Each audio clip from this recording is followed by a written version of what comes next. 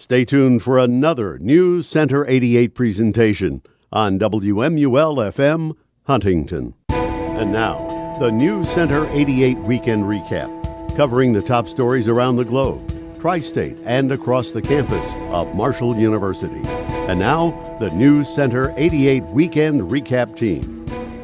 Welcome to this edition of the Newscenter88 Weekend Recap. I'm Luke Hamilton. And I'm John Boggess. Coming up on this edition of Weekend Recap, Emma Johnson will be in with this week's weather forecast, and Ben Anderson will be in with a recap of the week that was in Marshall athletics.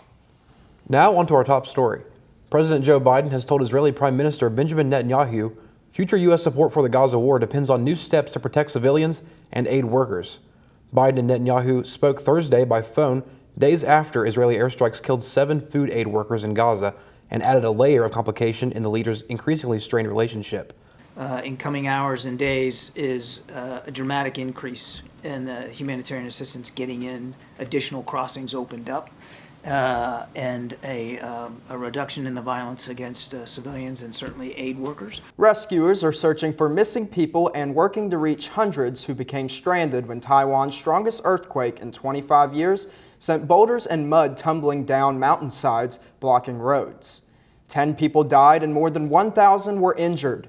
Wednesday's powerful quake struck during the morning rush hour, sending school children rushing outdoors and families fleeing their apartments through the windows. The ground floors of some buildings collapsed, leaving them leaning at precarious angles. Some 200 residents of Holian County near the epicenter were staying in temporary shelters, and the main road linking the county to the capital was still closed Thursday afternoon. But much of Taiwan's day-to-day life returned to normal. Authorities say a nighttime Russian attack using Iranian-designed drones has killed 4 people and wounded 12 in Kharkiv, Ukraine's second largest city. The Kremlin's forces in recent months have stepped up their aerial barrage of Ukraine, hitting urban areas and the power grid. The approximately 1,000-kilometer front line is largely deadlocked, but Kyiv officials say they expected a large-scale Russian offensive in the summer. Analysts say the goal of Russia's escalated attacks on civilian areas in the country's power grid may be to compel Ukraine's army to deploy air defense systems away from the front line. That would allow Russia to provide more air cover for its ground operations on the battlefield. Coming up next, treasurer for dozens of Ohio political campaigns accused of stealing nearly $1 million from clients. Stay with us for a recap of news across the tri-state when Weekend Recap returns right after this.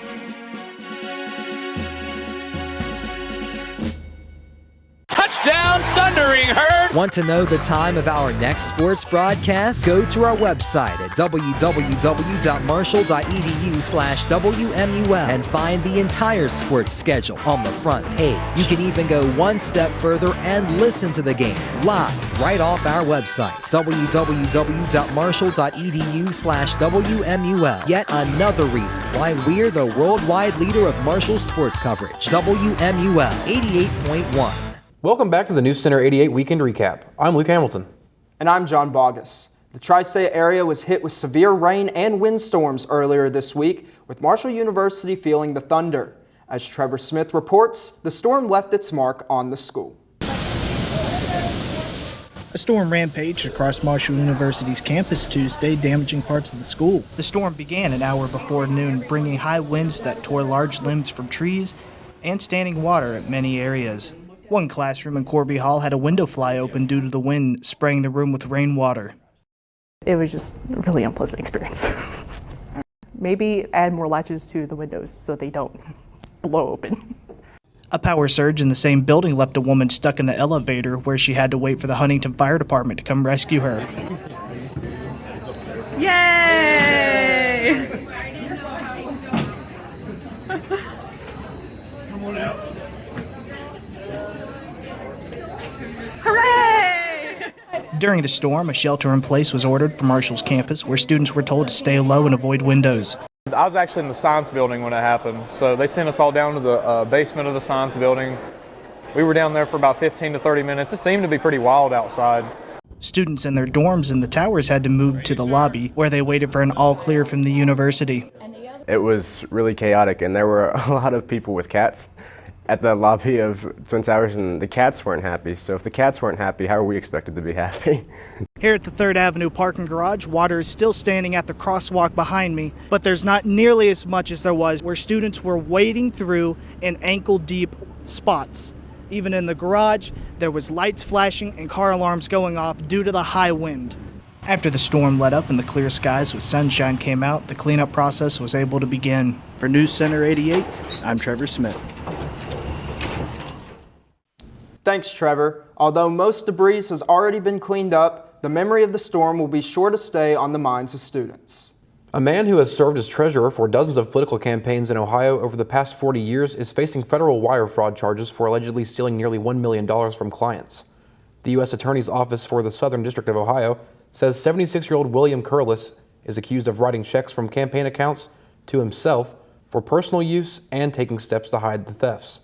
He allegedly stole $995,231 between 2008 and June 2023. A plea agreement has been filed in the case, prosecutors said, but further details have not been disclosed. Curlis's attorney says the filing of the agreement demonstrates Curlis's commitment to accepting responsibility and demonstrating remorse for his actions. Coming up next, prosecutors in Trump's classified documents case sharply rebuke judge's unusual order. Stay with us for a recap of news from around the nation when Weekend Recap returns right after this.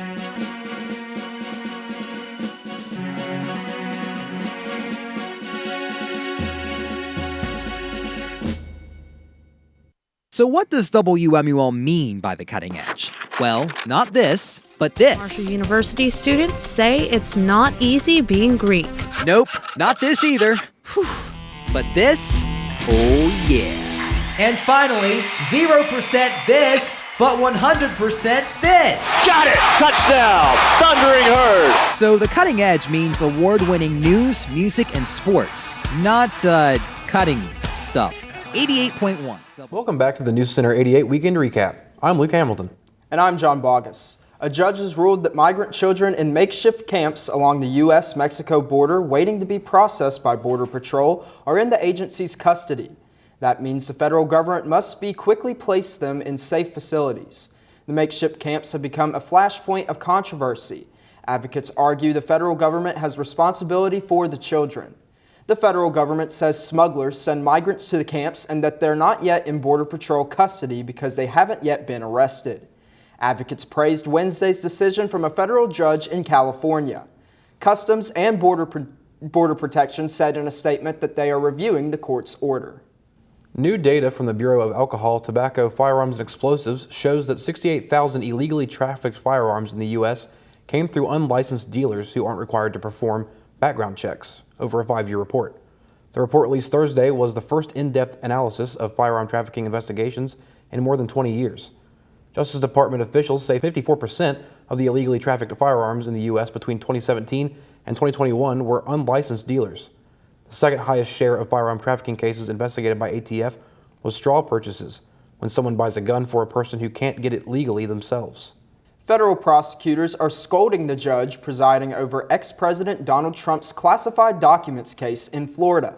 The prosecutors are trying to warn her off potential jury instructions they say rest on a fundamentally flawed legal premise. The late Tuesday filing from special counsel Jack Smith's team responded to an unusual order from U.S. District Judge Eileen Cannon that asked prosecutors to file proposed jury instructions. The order asked them to respond to competing interpretations of the law that appeared to accept the Republican ex-president's argument he's entitled under the Presidential Records Act to keep sensitive documents he's now charged with possessing. Trump's lawyers are renewing their demand for the judge to dismiss the indictment. Coming up, Emma Johnson will be in with this week's weather forecast, and FM88 Sports' Ben Anderson will be in with a recap of the week that was in Marshall Athletics. Stay with us.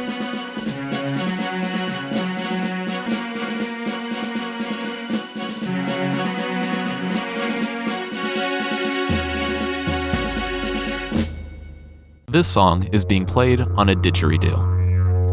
A didgeridoo is an instrument made by Indigenous Australians. WMUL doesn't have any songs with didgeridoos in them.